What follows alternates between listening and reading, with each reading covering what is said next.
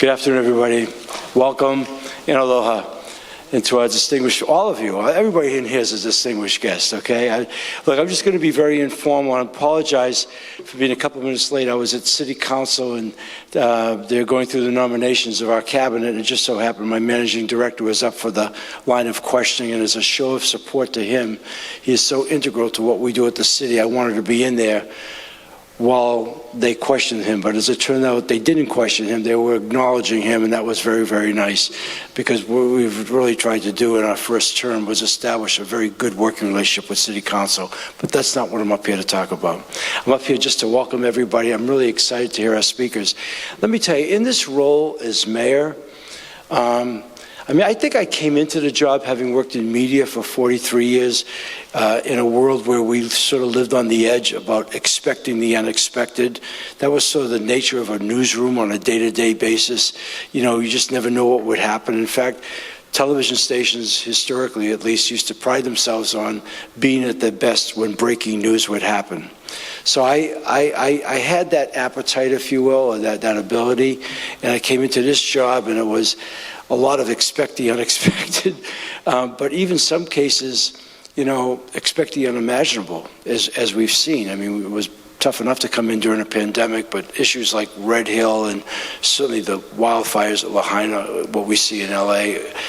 So you have that feeling. But along the way, with those bigger things, there are these surprises that happen every now and then. And I have to tell you, I was so surprised last year to find out when we decided we wanted to honor Black History Month that it was the first time in the city and county. I was like blown away. And I'm only offering that to say I'm so grateful here we are doing the second one, because I found last year's thing to be so compelling. So I'm really honored to be here as mayor to welcome our distinguished panel. And really, selfishly, I'm going to sit down there, and I'm really looking forward to hearing all of you. And I want to thank you on behalf of the people here, but even the city and county, for coming today and sharing your Mānoa with us and your wisdom. I want to thank you very, very much. So with that, I want to go be a participant like all of you. Sit down. Oh, I have a proclamation. I do the proclamation now? After? Oh, yeah. Okay. That's what I thought. I was going to come up afterwards, acknowledge it for the great speaker, and say, oh, by the way, we have a proclamation. I get coached by these guys all the time. I tell you, what little faith you have in me, Ryan, but thank you. All right, so without any further ado, I turn it over to you, and I believe the Reverend Dr. Gregory Carroll Boyd is going to go first, right? And you folks will take it from there. Thank you. Mayor, can you sit up on stage? Oh, I get to sit here. You can tell we rehearsed this, right? Thank you. I'll take it as a place of honor. This is great. Well, again, thank you, Mr. Mayor, for having us and having this event again this year. Thank all of you who are attending. Some faces I know, some faces I am seeing for the very first time, and it is always a great way to spend this time learning about our history as peoples in Hawaii, as Black people in Hawaii. I begin with the Oleleu Noiau, the saying or words of Hawaiian wisdom, Nana I ke kumu. Brought to us in the title of several volumes of Oleleu Noiau from Mary Kavena Kui, who will soon be on the Golden Dollar. It means look to the source. Look to the source. And when we look to the source of contemporary Hawaii, we find Black peoples. In recent years, of course, we hear about Anthony D. Allen and Betsy Stockton, Black luminaries of a rapidly changing Oʻahu and Maui of yesteryear. Their contributions were so great that the Ali'i believed that all Africans should be free, that all peoples here on the islands of Hawaii should be free. Free at a time when many white elite men back on the continent struggled to understand or refused to understand the humanity of all peoples. Nana I ke kumu. When we look to the source of contemporary Hawaiian history, Black people are here. Not only the luminaries that I just mentioned, but also other Black sailors and merchants who found their way here through shipping routes or missionary work, those who were sometimes recategorized or miscategorized as Portuguese because they landed in territories controlled by Portugal at some point on their long journey to the middle of the Pacific. At the source of contemporary Hawaii, these Black peoples, my people, are here. We're right here in the middle of the story, and some of them, just like the ones who chose to jump into the sea rather than be held in bondage when they made their way to North America, their stories, their names, are known only to the ancestors now. But at the source of contemporary Hawaii, these Black people were here too. Nana I ke kumu. Every Sunday when I am in front of my congregation, and even when I'm not there, we remind ourselves of why we join together. To boldly grow compassion, justice, and joy. And I think that at the source of the Black experience in Hawaii is the quest for Black joy. And nothing is truer than the quest for Black joy than a desire for a collective liberation that is so grand that it inspires the desire for the liberation of all peoples. In the Hawaii of today, Black people are still essential to furthering our quest for a fully inclusive society that embraces the full spectrum of gender identity and expression, sexual and romantic orientation, democratic decision-making, and the ability to live with worth and dignity in safe and affordable housing. Nana I ke kumu. At the source of today's Hawaii, at the source of a contemporary Hawaii of many, many years ago, at the source of the Hawaii we wish to dream into existence, Black people were there. Black people will be there. Black people are right here. And this is the glory. This is the meaning of Black History, of Black History Month, and of the Black experience here on our beloved chain of islands. Aloha.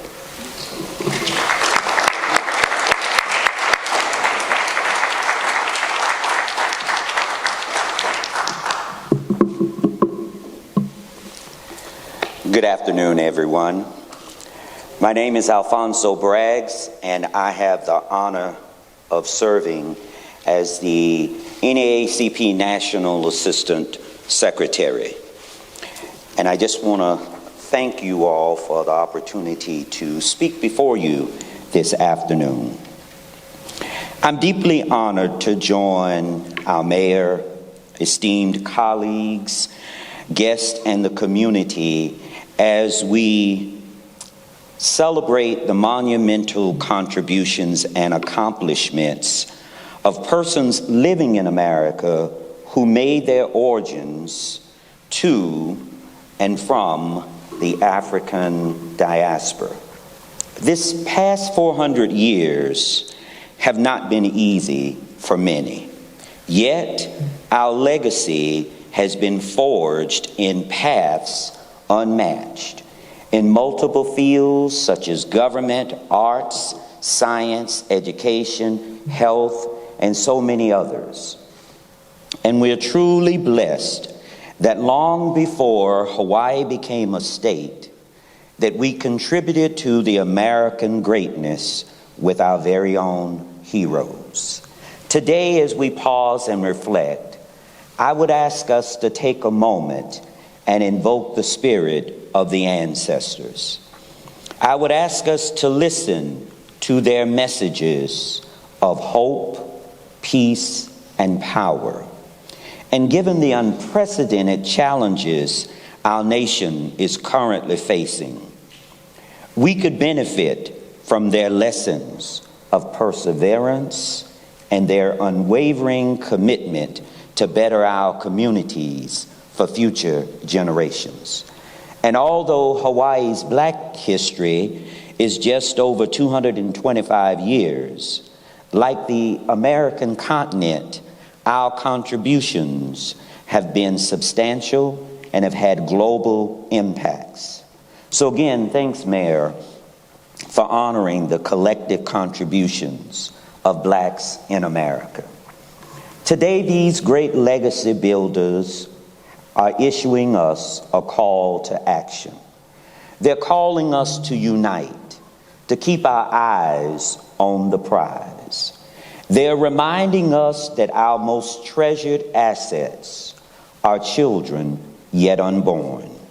They're reminding us to put in place a fair and just policy over partisanship and politics. They're reminding us that although that we may be in the midst of some difficult times, a quick reflection of their journey will reveal the keys to transcending uncharted waters. Their message is clear and simple. Apply fervency and fortitude to achieve justice and equality for all who reside within our shores. Yes, theirs is an example of a disenfranchised people full of passion and unmatched strength despite the odds. So in the interest of time, let me cite just but a few examples of these Americans who made America great through their selfless contributions. I would ask us to reflect on the tremendous contributions made in the field of science and health and the amazing work of George Washington Carver, known mostly for his work with peanuts, and also for being a very talented painter. We would also have to give honor to Alice Augusta Ball, who developed a treatment for leprosy during the early 20th century. And we can't forget about Dr. Ernest J. Harris, who is internationally known for finding innovative ways to control fruit flies. As we reflect on advances made in the pursuit to have equality and equity in education, I would draw your attention to the landmark Supreme Court case of Brown versus Topeka Board of Education, which ended segregation in the American public school system. This case was led by a young Thurgood Marshall, a young attorney who had been denied an equal opportunity to pursue his academic goals. So he went on to be the U.S. Solicitor General and Associate Supreme Court Justice. However, long before we had the Brown case, the people of Hawaii benefited from the contributions of educators like Kalata Stewart and Betsy Stockton, who paved the path and forged a legacy for Dr. Donis Thompson to come in and become the first black and woman state superintendent of education and athletic director of the University of Hawaii. We also celebrate the historic leadership of government and military officials. And I'm reminded of Charles Campbell, who served faithfully not only mayor on our city council, also within our House of Representatives and our state Senate. He marched with Dr. King across the Edmund Pettus Bridge. He and others carried over the leis worn by the marchers and forever documented that the people of Hawaii were committed to justice and peace for all mankind. And I would remind us of a young Cedric Gates who picked up that mantle of service and carried that torch of Mr. Campbell and Representative Helene Hale. She's best known for organizing the Merry Monarch Festival and serving as the first female head of Maui and in our state legislators. Now, these are just a few of the heroes that we celebrate today who made worthy history worthy of being taught in the public square. It is our history. It is American history, and one that we're proud to commemorate, to celebrate, and educate, and move forward to generations. Time doesn't afford us a sufficiency of space to call them all by their names. So we'll close by saying we'll also honor the immeasurable teachers, preachers, doctors, nurses, lawyers, parents, and poets, and others who made this nation a great democracy. I close by asking us, let us come together and give them their full honors by making sure that their stories continue to be told in all spaces. Let us dedicate ourselves to their legacy by ensuring that future generations can make the connection to their relevance. And let us commit to saying their names. Lastly, I remind us to rededicate ourselves to this, that while the storm clouds of dysfunction are hovering over us, and in a great attempt to take us off a course, I pray that we would invoke the spirits of the ancestors and boldly proclaim that our faith is stronger than our fears. Hope has not died. Peace still has a chance. And our greatest power remains love for all mankind. Thank you and aloha.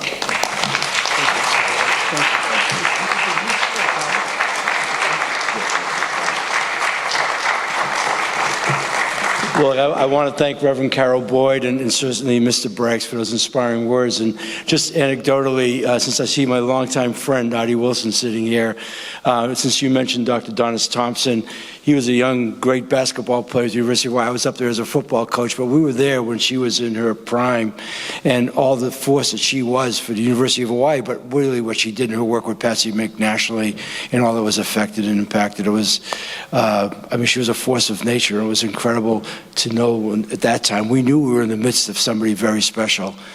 The reason why I jumped up here is because our keynote speaker deserves at least me to come up and say we want to welcome Camille Nelson, Dean of the William S. Richardson School of Law at the University of Hawaiʻi at Mānoa. I want to say that again, Dean of the William S. Richardson School of Law at the University of Hawaiʻi. That is such an important leadership role in our state and for the university and all of those who benefit from her leadership. We are thrilled and honored to have you come up here, Camille. Thank you. Thank you so much.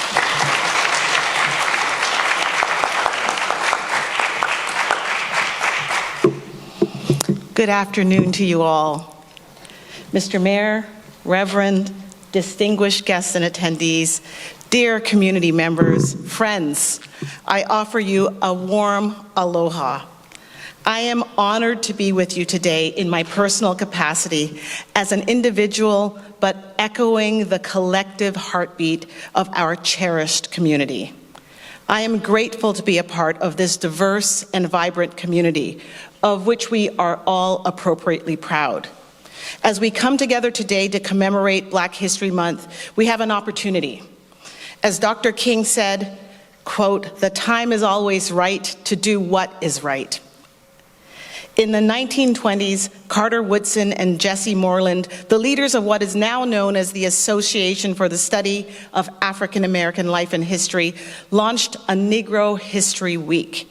This initiative, scheduled to coincide each February with the birthdays of Abraham Lincoln and Frederick Douglass, sparked a national movement, inspiring schools, colleges, communities, and local governments such as this one to celebrate and organize convenings to recognize the centrality of Black history to this country. This movement blossomed into what we now recognize as Black History Month, with similar celebrations in numerous countries of various scales, including Canada, Ireland, the UK, Germany, Colombia, Panama, Honduras, and the Netherlands. Each Black History Month has a theme. This year's theme invites us to learn more about African Americans and labor, to consider the rich and intricate tapestry of work, including the long history of enslavement the world over, as well as paid work with its lingering disparities. In a recent Forbes article referencing this year's Black History Month theme, a telling quote reads, quote, "Bottom line, this area still needs a lot of work," end quote. I know that in this very hardworking state, this theme of labor resonates as we embrace Dr. King's sentiment that everyone's work has meaning and purpose. All labor, as he says, uplifts humanity, and it has dignity and importance. As we reflect on the ongoing relevance of Black History Month and celebrate the enduring impact of people of African descent, we have the chance to recommit to the values of inclusion, respect, appreciation of each other, and to our love of this very special place. This legacy of Black History Month and our ongoing collective journey is as important today as it was decades ago when the roots of Black History Month were planted. Indeed, in February of 1976, President Gerald Ford shared his presidential message recognizing Black History Month and urging the following. He urged that we, quote, "seize the opportunity to honor the too often neglected accomplishments of Black Americans in every area of endeavor throughout our history," end quote. President Ford stated, "We can review with admiration the impressive contributions of Black Americans to our national life and culture," end quote.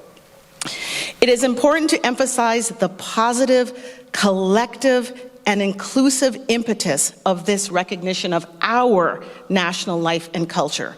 Black history and its impact is essential to the history of this country, and indeed to the history of the world. Each informs the other. This month is important to our collective consciousness. No history can or should be compartmentalized. Again, referencing Dr. King, this time from his famous letter from a Birmingham jail. In a real sense, all life is interrelated. All of us are caught in an inescapable network of mutuality, tied in a single garment of destiny. This is the interrelated structure of reality, he said, end quote. It is our shared responsibility to learn our collective history, especially in times of crisis and chaos, as there are many invaluable and inspirational lessons to be learned, lessons of wisdom, lessons of perseverance, lessons of uplift, of advocacy, lessons of fortitude, and also, of course, lessons of grief, sacrifice, and grace, to name just a few.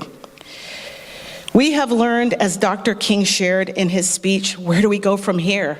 Chaos or community? The line of progress is never straight, he said. But he also reminded us that in remaining awake through a great revolution, he said, we shall overcome because the arc of the moral universe is long, but it bends towards justice.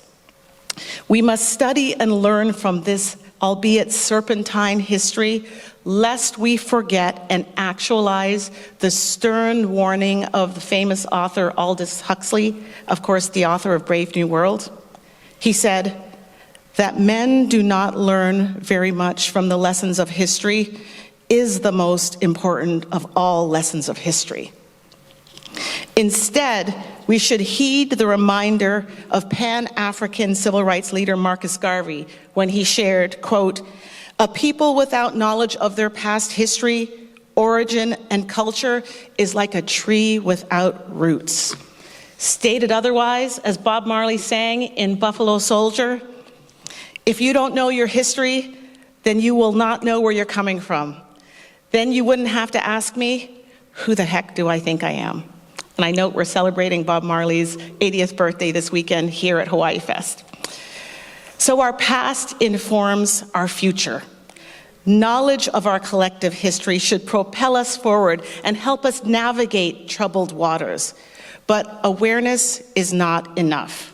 Here in Hawaii, we have a special opportunity to embody what philosopher-theologian Josiah Royce envisioned and what Dr. King elevated as the beloved community. We are uniquely situated in this place to activate these commitments. Dr. King said, in the beloved community, poverty, hunger, homelessness will not be tolerated because international standards of human decency will not allow it. Racism and all forms of discrimination, bigotry, and prejudice will be replaced by an all-inclusive spirit. Love and trust will triumph over fear and hatred, end quote.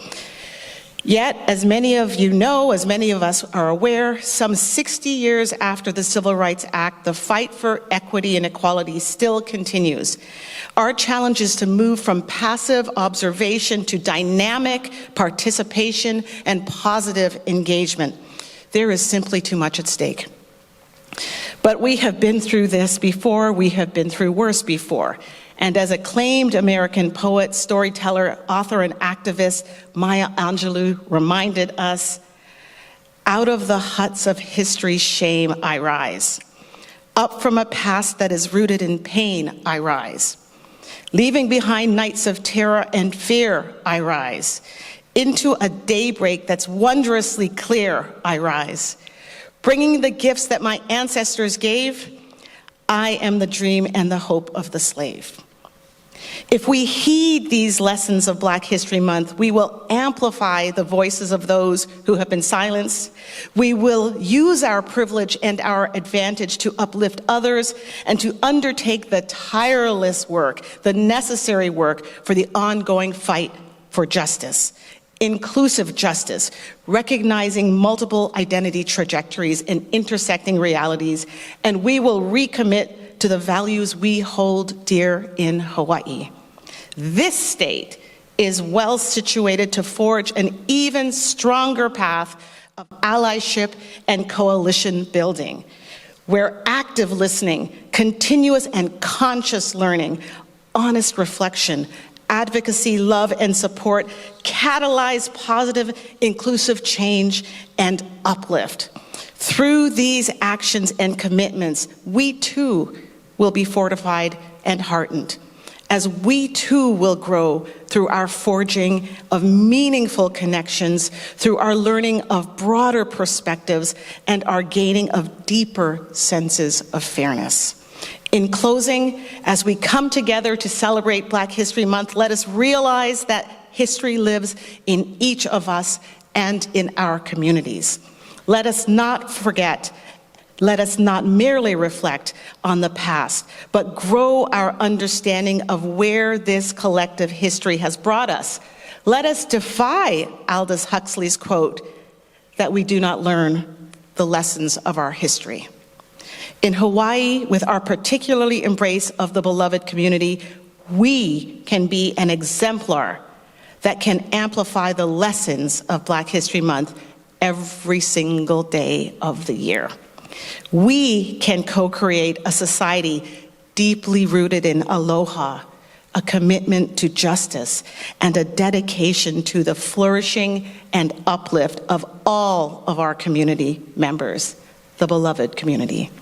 In sum, I think that is the call and the response of Black History Month. It is our responsibility and our privilege, especially here and especially now. Mahalo.